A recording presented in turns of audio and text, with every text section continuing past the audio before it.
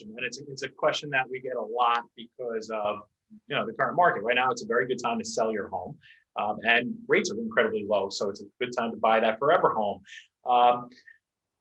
The key to that is, again, when we get into the planning, we say we have to sell this house to buy the other house. The key, in my mind, is to get the sale as far along in the process as possible. As a seller right now, you have all of the leverage. So you can have a buyer come in, and you probably have 10 buyers come in, and you could say, I'm going to take the one who gives us a 180-day contract to give you the time to find the new house and buy the new house. And my advice is get that purchase as far along as possible, because when your offer goes in, get that sale along as possible. Get that sale as far along as possible, because when that offer goes in with the sales contingency, Debbie will tell you, that could be a speed bump to get an offer accepted. So when you are selling your home, you want to make sure and speak to your realtor that you're not taking an offer from someone that maybe owns a co-op. And we have to wait for the co-op board to do their review and all of that. And you want to make sure that the buyer, if there's a contingency, everybody's essential. I mean, God forbid we get shut down again. It could happen. So most of my buyers who are selling put the plan in place to sell, and a lot of my buyers have been moving in with family.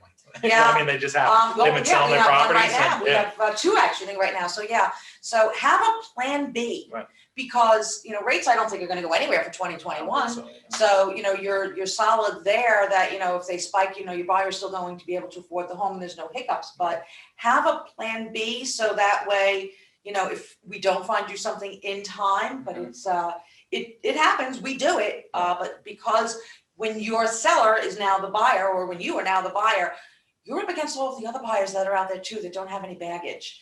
And our job is, you're hopefully, because you're coming out with equity, will have more money to put down than the other buyers, but it's still a contingency. That is a contingency. But if you can go in and you can say, hey, yeah, it's a contingency, but we're in contract. All right, you're a step ahead of having to find a buyer. Appraisal's done. All right, great. We're another step ahead. Commitment's out. Okay, another step ahead. We're scheduled to close, right? Okay, well then there's no more sales contingency, right? So, so the further you get along with your sale, the better position you're going to be in.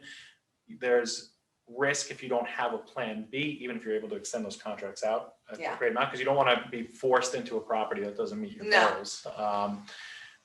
We have seen, I mean, I don't know if you've seen it. I've seen one where they put a clause in there that if the person couldn't find a home, the contract would be nullified.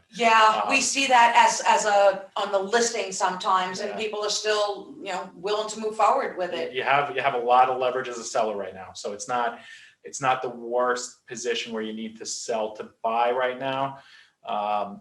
If you can put as much protection into your contract as possible on your sale, but you want to get that sale going. If that sale's not going, it's very tough to get an offer. You might have to take a little bit less on your home if you have a multitude of offers, but you might have to take a little bit less on your home for a more qualified buyer. Somebody that's maybe buying all cash, or still living, in a month-to-month rental, or a family member where that part of the transaction, that part of the domino, the first chip doesn't go down, we're not happening. Right. So, but you have to really look at, it's not just as a seller and also as a buyer, you need to put yourself in the seller's position.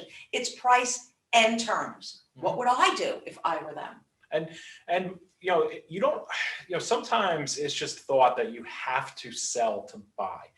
That's not always the case. I have 2 or 3 clients right now who are selling a property, but we have plans in place that our financing is not contingent on the sale. So, if they sell their property, we're going to go to closing and we're going to put down 20% from the proceeds of their sale. If that sale doesn't close in time, we're going to leverage our mortgage and we're going to finance 95% of the property.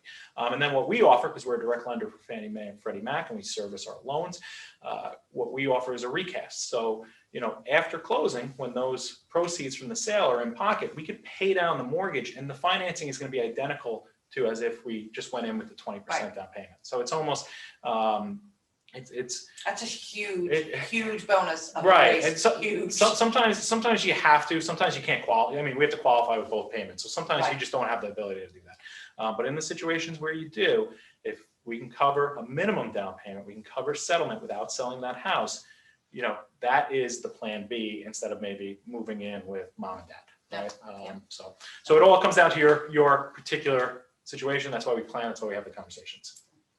Great question. Okay.